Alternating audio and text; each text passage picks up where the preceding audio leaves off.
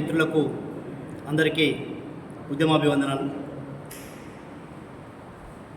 తెలంగాణ రాష్ట్రం కోసం ఉస్మాన్ సిటీ విద్యార్థి నాయకత్వంగా ఉద్యమ బిడ్డలంగా దాదాపు 2 దశాబ్దాల పాటు అనేక త్యాగాలు చేసి అనేక కేసులు మోసి అనేకసార్లు జైలు పాలై లాఠీ దెబ్బలు అనేక రకాలుగా తీవ్ర నిర్బంధాలకు గురైన ఇలా ఉస్మాన్ సిటీ విద్యార్థి నాయకత్వం, ఓయూజేసీ నాయకత్వం, తెలంగాణ ఉద్యమ నాయకత్వం, కాంగ్రెస్ పార్టీలో ఉన్న ప్రధాన నాయకత్వం అందరం కూడా ఇలా ఉస్మాన్ సిటీలో సమావేశం కావడం జరిగింది. ముఖ్యంగా తెలంగాణ రాష్ట్రం వచ్చిన తర్వాత తెలంగాణ ఉద్యమకారుల ఆకాంక్షలు నెరవేరలేదనే ఒక ప్రధాన ఆలోచన తెలంగాణ ఉద్యమకారులందరిలో కూడా దాదాపు గత 10 ఏళ్ల కాలంగా కూడా ఆవేదన, ఆక్రోశం, అనేక రకాల అవమానాలు, పైగా నిర్బంధాలు. తెలంగాణ రాష్ట్రంలో కూడా జైలు జీవితాలు గడిపిన వాళ్ళం చాలామంది. ఉద్యమ కాలంలో జైలు జీవితాలు గడిపిన వాళ్ళం, తెలంగాణ రాష్ట్రం వచ్చిన తర్వాత కూడా జైలు జీవితాలు గడిపి ఈ రోజుకు కేసులకు, పేషీలకు హాజరవుతున్న వాళ్ళు.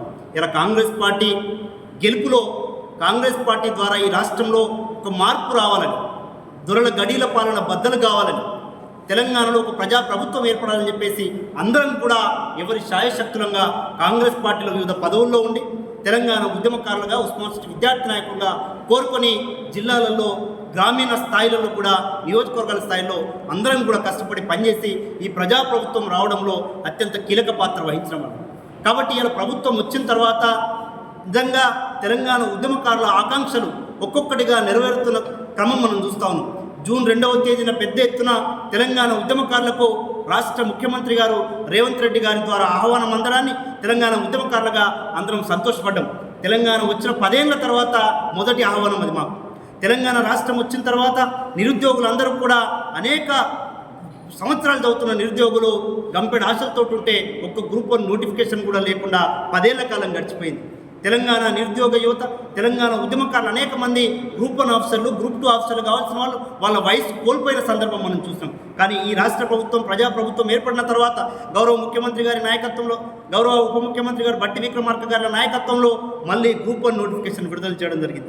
అట్లాగే గ్రూప్ 2 నోటిఫికేషన్ విడుదల చేయడం జరిగింది. మీరు చూశారు, గ్రూప్ 2 నోటిఫికేషన్ కూడా రేపు ఎగ్జామ్లను వాయిదా వేయాలంటే నిరుద్యోగుల మాట విన్న ప్రభుత్వం గ్రూప్ 2కు సంబంధించిన ఎగ్జామ్ను కూడా డిసెంబర్ వరకు వాయిదా వేసి చదువుకునే అవకాశం కల్పించింది.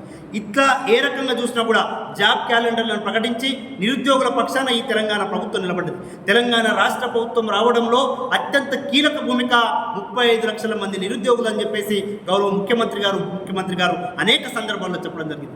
కాబట్టి ఈ ప్రజాప్రభుత్వం ఖచ్చితంగా ఇది ప్రజల ప్రభుత్వంగా, ఇది నిరుద్యోగుల ప్రభుత్వంగా, ఇది ఉద్యమకారుల ప్రభుత్వంగా ఉండబోతుందనే విషయం మనం అందరం కూడా చూస్తాను. అదే క్రమంలో దాదాపు 2 దశాబ్దాల పాటు తెలంగాణ ఉద్యమంలో అత్యంత కీలక పాత్ర వహించి అనేక త్యాగాలు చేసిన ఉద్యమ నాయకత్వం ఇవాళ ఉస్మాన్ సిటీ విద్యార్థి నాయకత్వం, అట్లాగే కాకతీయ యూనివర్సిటీ విద్యార్థి నాయకత్వం, అన్ని యూనివర్సిటీల విద్యార్థి నాయకత్వం. కాబట్టి ఈ విద్యార్థి ఉస్మానియా నాయకత్వానికి, ఖచ్చితంగా తెలంగాణ ఉద్యమ నాయకత్వానికి రాబోయే నామినేటెడ్ పదవులలో మొదటి నామినేటెడ్ లిస్టులో 37 మందికి ఇస్తే అందులో మాకు అవకాశాలు రాలేదు. తెలంగాణ సమాజం మొత్తం కూడా ఇలా ఆవేదన చెందింది. అదే రకంగా రేపో మాపో 2వ లిస్ట్ రాబోతా ఉన్నది. ఖచ్చితంగా కొంతమందికి విద్యార్థి ఉద్యమకారులకు న్యాయం జరుగుతుందని చెప్పేసి మేమందరం కూడా గౌరవ ముఖ్యమంత్రి గారి మీద, అలాగే ఉప ముఖ్యమంత్రి గారి మీద, రాష్ట్ర మంత్రివర్గం మీద పూర్తి స్థాయి ఆశాభావంతో, విశ్వాసంతో ఉన్నాం. ఖచ్చితంగా ఉంటుందని చెప్పేసి ఆశిస్తా ఉన్నాం. అదేవిధంగా తెలంగాణ ఉద్యమకారులకు 250 గజాల స్థలాన్ని ఏదైతే ఇస్తామని చెప్పేసి మేనిఫెస్టోలో ప్రకటించిందో అటువైపుగా కూడా గౌరవ ముఖ్యమంత్రి గారిని త్వరలో మేమందరం కూడా కలవబోతూ ఉన్నాం. అదేవిధంగా ఇలా గౌరవ కోదండరామ్ గారికి ఎమ్మెల్సీ అవకాశం ఇవ్వడాన్ని మేమందరం కూడా స్వాగతిస్తూనే, అదేవిధంగా విద్యార్థి ఉద్యమ నాయకత్వం కూడా త్యాగం చేసిన నాయకత్వం ఉన్నది. దీంట్లోకి వెళ్ళి కూడా ఖచ్చితంగా రేపు రాబోయే ఖాళీలలో ఎక్కడ అవకాశం ఉంటే అక్కడ ఎమ్మెల్సీలుగానో, లేదా అవసరమైతే రాజ్యసభ సభ్యులుగానో, లేదా ఏదో రకంగా రాష్ట్ర స్థాయి కార్పొరేషన్ చైర్మన్, రాష్ట్ర స్థాయి డైరెక్టర్లు, అలాగే జిల్లా స్థాయిలో ఉన్న నాయకత్వానికి జిల్లా స్థాయిలో పదవులు ఇవ్వాలని చెప్పేసి, దానివల్ల ఈ ప్రజాప్రభుత్వం మరింతగా తెలంగాణ ఉద్యమకారుల ఆకాంక్షలు నెరవేర్చే వైపుగా, తెలంగాణ ఉద్యమకారుల ఆలోచనలను ప్రతిబింబించే విధంగా ఖచ్చితంగా ఉంటుందని చెప్పేసి త్వరలోనే మేమందరం కూడా కలిసి ఉమ్మడిగా గౌరవ ముఖ్యమంత్రి గారిని కలవబోతా ఉన్నాం, అలాగే ఉప ముఖ్యమంత్రి గారిని కలవబోతున్నాం. కాబట్టి రాబోయే రోజుల్లో తెలంగాణ ఉద్యమకారులు ఎవరు అధైర్యపడాల్సిన అవసరం లేదని చెప్పేసి, ఉద్యమకారులకు న్యాయం చేసే ప్రభుత్వం ఇది ఉంటుందని చెప్పేసి మీ అందరికీ తెలియజేస్తూ ఈ అవకాశం ఇచ్చినందుకు